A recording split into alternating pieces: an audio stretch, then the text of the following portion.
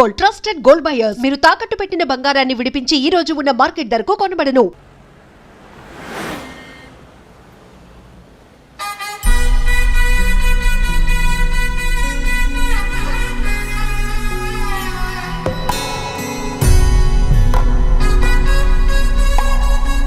తాతగారు, మేఘ గురించి ఒక మాట చెప్పండి. అది నా మనవరాలు కాదు, మా అమ్మ. బామ్మ, మీరు ఎప్పుడో పోవలసిందాన్ని, అది డాక్టర్ అవడం వల్ల ఇంకా ఉన్నాను. అంకుల్, యాజ్ ఎ ఫాదర్ గా మీరేం చెప్తారు? అది నా అదృష్టం అమ్మా, అది పుట్టాకే నేను పెరిగాను. ఆంటీ, మీరు? అది మా 20 ఏళ్ల ఎమోషన్ అమ్మా. పిల్లలు, అదొక రాక్షసి రౌడీ, అది మా చాక్లెట్స్ అన్ని తినేస్తుంది.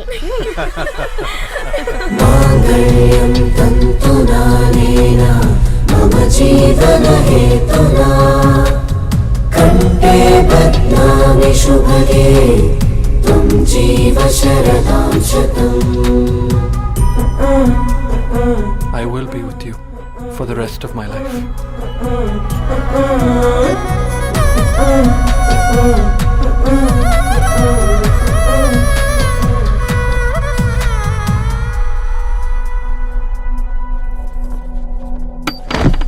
Megha, Amma, Megha.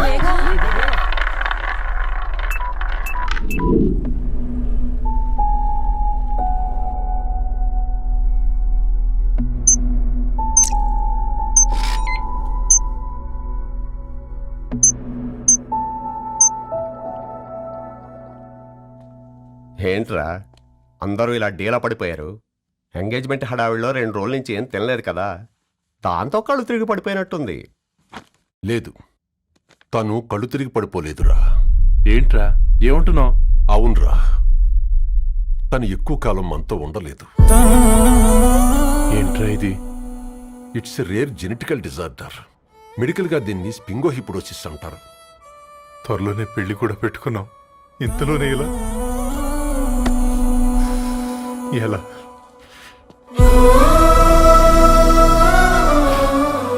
ఎలా చెప్పండి ఇది?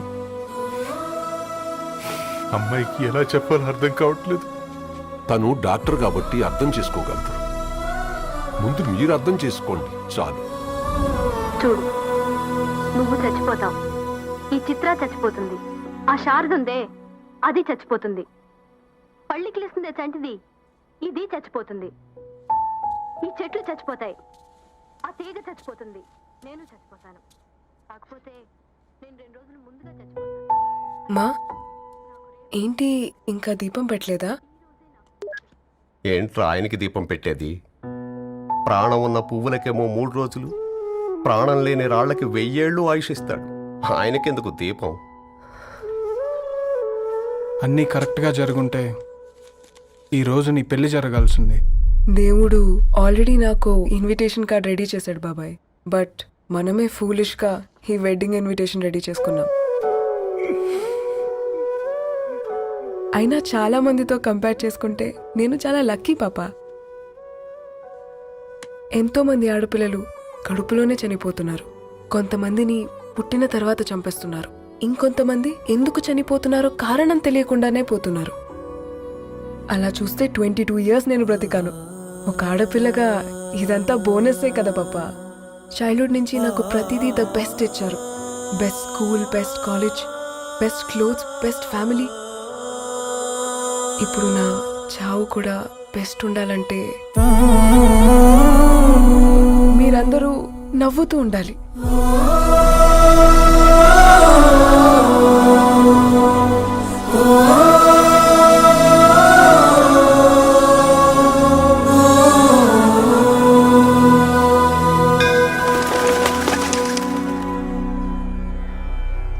दीर्घ आयुष्मान भव.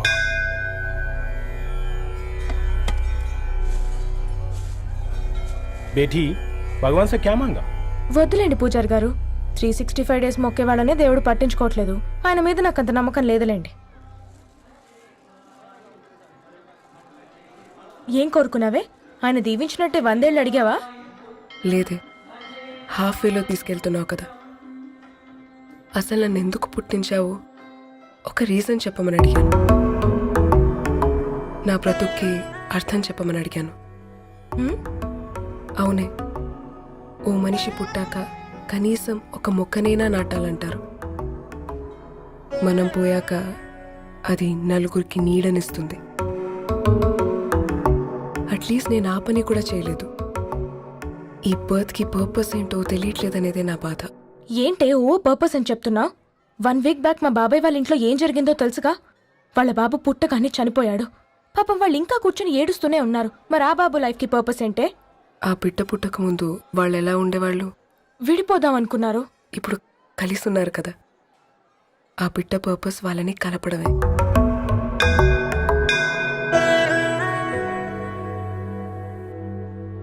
అలాగే నా లైఫ్కి కూడా ఒక పర్పస్ ఉంటుంది. बेटी हाँ? ये लो बजरंगी का सिंदूर अंता మంచి జరుగుతుంది. ఏం మంచి? आपके नजर में कीड़ा है. ఆయన అందరినీ చూసే విధానంలోనే తేడా ఉందండి. తన మాటలేం పట్టించుకోకండి. Thank you. खुश रहो.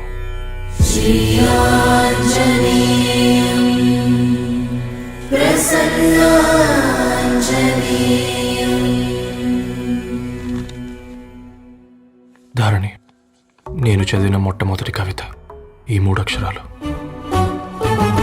ఏంటి ఇది? ఏదో డైరీలో పేపర్లా ఉంది.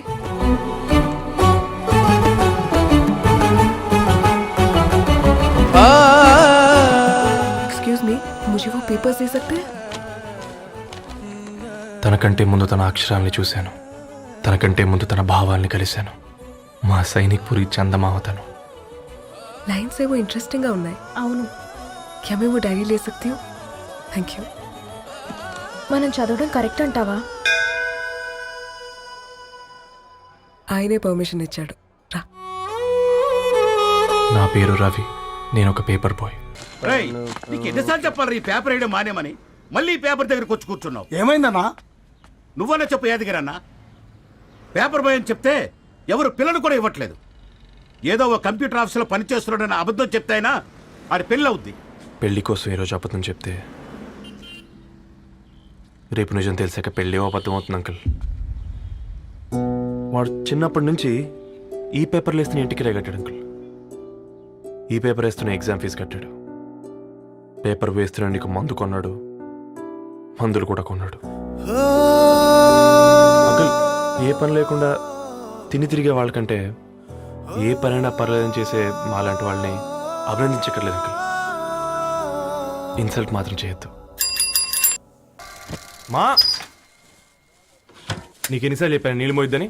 అది డిబు ట్యాంకర్ వెళ్ళిపోతుందండి. నేను వచ్చేంత వరకు కావచ్చు కదా. ఈ నెల నా ఆటో మీద సంపాదన 3000. ఈ పేపర్స్ వచ్చేసరికి రోజు రోజుకి పేపర్లు తీసుకుని తగ్గిపోతున్నారే. మీకంటే వంట చేసే నేనే నయ్యన్రా. మీకన్నా 2000 ఎక్కువ సంపాదించాను. కరెక్టేనే. ఈ యాప్స్ క్యాబ్స్ వచ్చిన తర్వాత మనుషుల్లో బద్ధకం పెరిగి ఇలాంటి వంట చేసే వాళ్ళ డిమాండ్ పెరిగింది.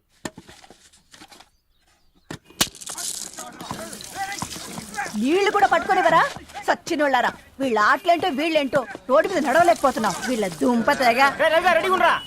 ఓకే ఓకే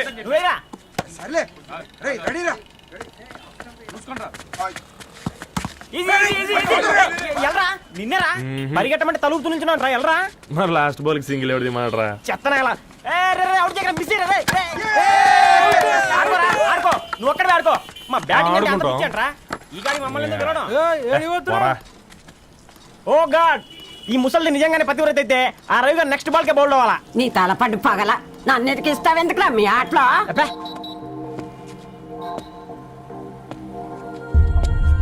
రే రవి, హాస్టల్ నుంచి ధరణి వచ్చిందంట్రా.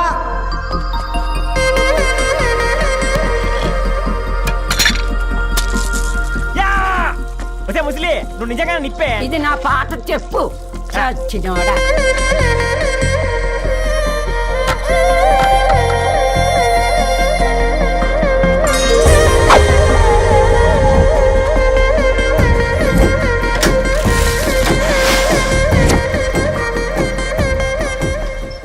ధారణి, నాకు పరిచయం అయింది పుస్తకాల్లో, దగ్గరైంది అక్షరాల్లో.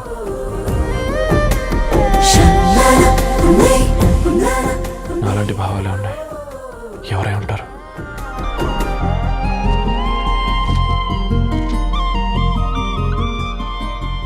Dharani, daughter of Gadwal Reddy.